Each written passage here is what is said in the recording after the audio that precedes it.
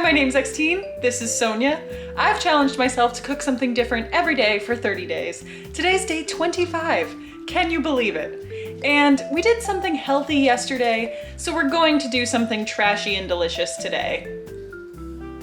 What do you think, Sony? We're going to be making nacho pie. If you're like, what the fuck is nacho pie? I don't blame you. Mark is very passionate about nacho pie, and he has insisted that it will be our dinner this evening. Here's Mark to explain what nacho pie is. Hello. What is nacho pie, you might ask? Well, nacho pie was invented in Chicago, Illinois by people who put nachos in a pie tin. You got your chips, you got your beans, you got your cheese, you got your avocado. Anything else is up to you. We're gonna make our own refried beans and our own simplish guacamole. There's nothing I love more than getting a little nacho pie after a nice night out. Also great for the game, or just, in between meals. These nachos, or nacho pie, are going to be vegetarian, so we're starting out by making some homemade spicy refried beans.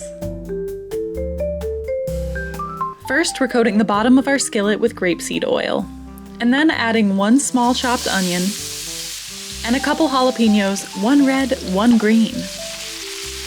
Let these cook for a few minutes and soften up in the oil.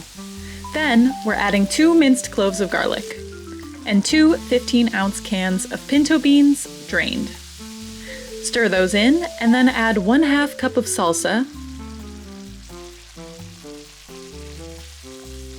and 1/2 cup of bean juice that came from the can. Add a hefty dose of paprika and also some salt and pepper. Then 1/2 cup of plain old water. Let this get up to a simmer and then start mashing. Mash until the beans become one consistent-ish texture, similar to the kind of refried beans you get in a can.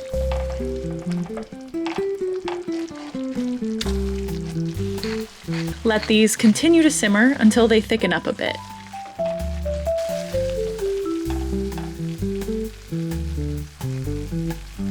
Okay, now we're gonna shred up a block of mozzarella cheese because Mark says that when he used to eat this in Chicago, how many years ago? How many years ago? What year is it? 20. 20 years ago. It was a white stretchy cheese that was on the nacho pie. So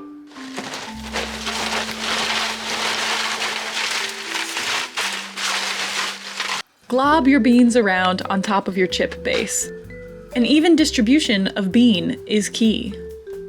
Then cover it all up with an obscene amount of mozzarella cheese. Throw your immaculate creation in the oven at 425 degrees and let it bake until the cheese gets all melty.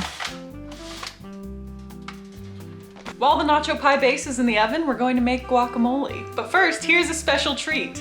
All right, Mark's gonna juggle the avocados. I'm an excellent juggler. And go!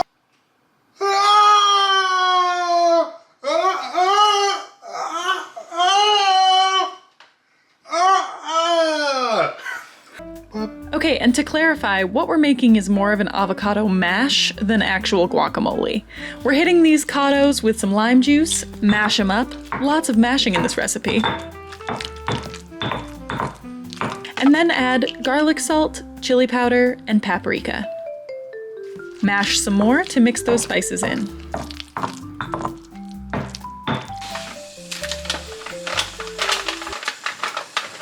Oh, one-handed for some reason. And look at this stunning tray of melty goodness. Top with the mashed avocado. Okay, and finally for the salsa that we're going to put on top, we're going to use this delicious tomatillo salsa that they make fresh at the Tortilleria near us. We're lucky enough to live in a predominantly Mexican neighborhood. It's 10 out of 10 experience, can't recommend it enough. Well, Mark, this looks crazy. Is this what was on your vision board? Is this the vision for nacho pie? This is deluxe nacho pie. Woo!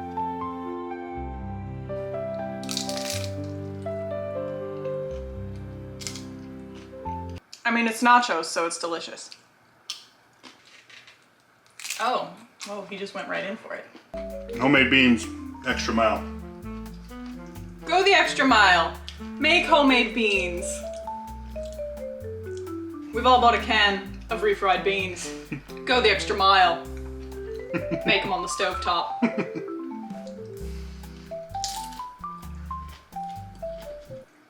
Ready to eat this whole pan. Mm-hmm.